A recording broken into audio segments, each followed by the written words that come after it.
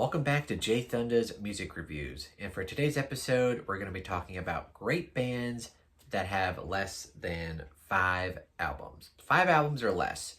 So, a lot of bands, if they get really good and they just kind of follow a formula, or they're just, they're very cohesive, they'll go on to have a long, epic career and have lots and lots of albums.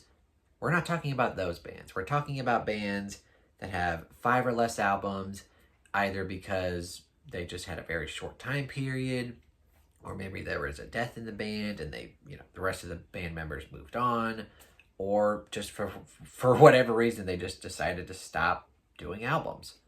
But yeah, all of these bands have 5 or less albums.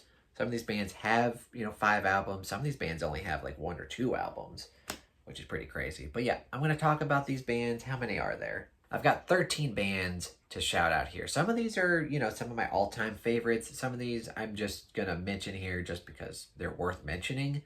But yeah, these are great bands with 5 or less albums. So right off the back, I'm going to mention, not one of my favorite bands, but obviously they're hugely influential. That would be Nirvana.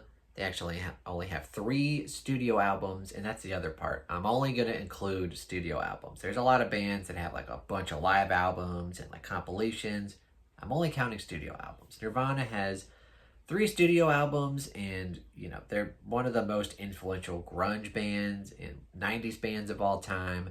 I really like Nevermind. Their other 2 albums, In Utero and Bleach, I don't like nearly as much. But, definitely worth mentioning here. They're highly influential, and they had obviously a very short time period because of Kurt Cobain's death. So yeah, only 3 albums, but a huge impact on the music landscape. Another band that only did 5 albums, which is pretty crazy because they have so many hit songs, is The Police. And they started in like the late 70s and kind of stopped after the mid 80s, and they only had 5 albums, but they have enough material and you're just like, wow, they all of those big hits, and they only did it in 5 albums. And I think the reason why they stopped continuing is just they kept batting heads, and I know Sting and Stuart Copeland really didn't get along, and probably a good thing too, because sometimes bands can just keep going on and their albums decline after a while. But like, a lot of people cite the Police's like discography as like a perfect discography, like 5 albums and that's it. They're all really good. And yeah, so we have the Police with only 5 albums, or not 10, 5 albums.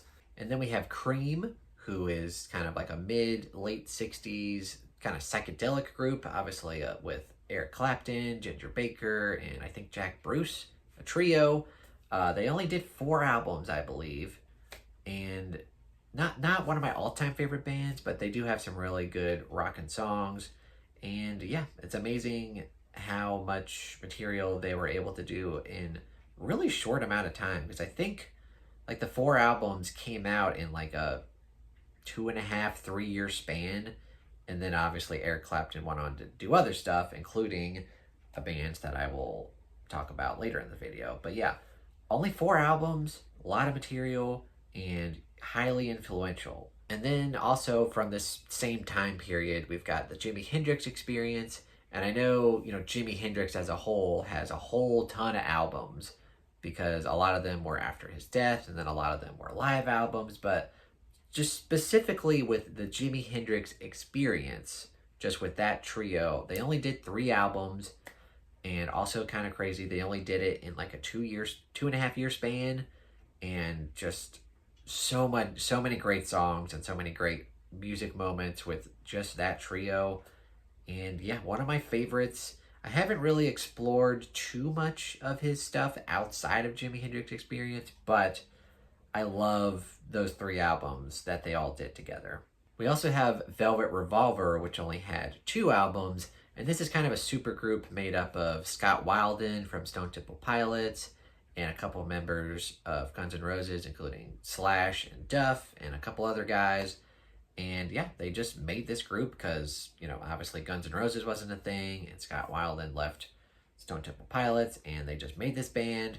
Their debut album, Contraband, is one of my most nostalgic albums and one of my favorite albums of all time. And then they also have Liberated, which is not as good, but still only 2 albums, but still a lot of great songs here.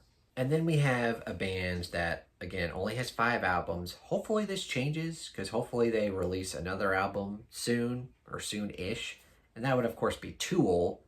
And for a long time, they only had 4 albums, because their last album, what was it, 10,000 Days, came out in 2006. But actually, a few years ago, in 2019, they came out with Fear Inoculum, which was their 5th long-awaited album. We had to wait a very long time to get this album. But yeah, they only have 5 albums. Their first few albums came out in the 90s, with Undertow and Anima, and then my personal favorite, Lateralis. But yeah, a lot of great songs on here, and Tool, just one of the most unique bands of all time. Like no one sounds like Tool, or if they do, you're kind of ripping them off a little bit. But yeah, Tool, one of the most unique bands of all time, one of my favorites, and all of their albums are definitely worth checking out. Also, one of my personal favorite bands, we have Creed, who for a long time only had 3 albums. 2 of them were in the late 90s, and one of them was 2001. Definitely, like 90s and early 2000s, like they were like the band. They had a lot of great hits, and then they kind of fell off the face of the earth, didn't really do anything for a while. And then I believe in like the late 2000s, they came out with their 4th album. And I actually got to see them live like right around that time, and it was a really fun concert. And I think they're back together now. I don't know if they're going to do another album, but even if they do, that'll be their 5th album, because they've only done 4. But yeah, definitely a really fun band, and one of my personal favorites, only 4 albums. We also have Audioslave, who are kind of like an early to mid 2000s band, only 3 studio albums, and of course, there will never be another Audioslave album because of the death of Chris Cornell, one of the best rock singers of all time, at least in my opinion. But yeah, their debut album is really good. It has some of their biggest hits like a Stone, Show Me How to Live, I Am the Highway. But their other 2 albums, especially their 2nd album, also has some hits like Be Yourself and Doesn't Remind Me. I haven't really listened to those albums as much. I really need to start to get into them, but their debut album is very good. And yeah, they have a lot of great hit songs with only 3 albums. Another band, another kind of late 80s, 90s band that has less than 5 albums, or is it 5 albums? I can't remember, but they qualify here, I believe, is Jane's Addiction.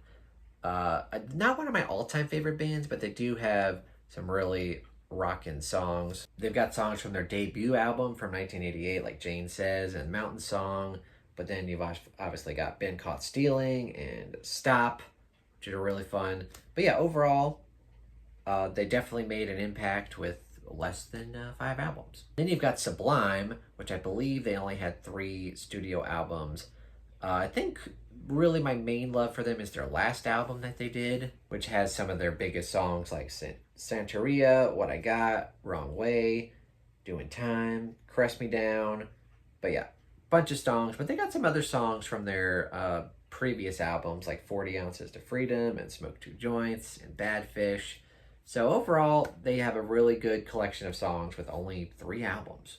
And this next band you might not have heard of because they're more of like an instrumental progressive metal band, mostly made up of members of Dream Theater, and that would be Liquid Tension Experiment. And they only have 4 albums. They're all basically instrumental metal albums, and they're a lot of fun. And like I said, made up of members of Dream Theater. You've got Jordan Rudess, Mike Portnoy, John Petrucci, and then you've got Tony Levin on bass.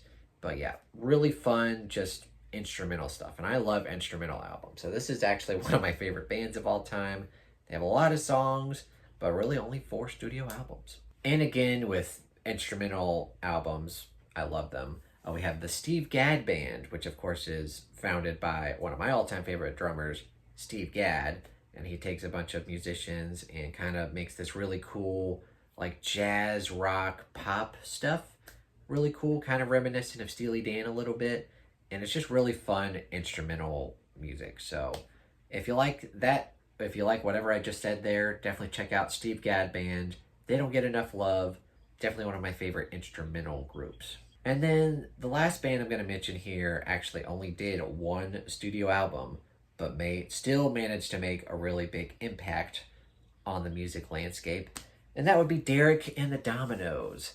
And of course, they have the big hit Layla, which everyone knows, but their whole album is really good. I think it's just called it's called Layla and Other Love Songs. It's got like 14 songs on it. They're all really good, really solid album. Mainly people just know Layla, but the whole album itself is worth checking out.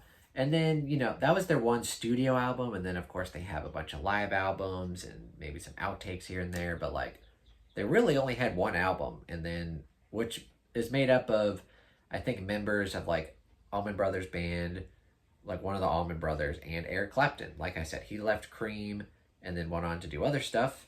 And this was one of the other things he did. And, yeah, Derek and the Dominoes on one album. All right, so these are great bands with 5 albums or less. And definitely let me know if I'm missing anything.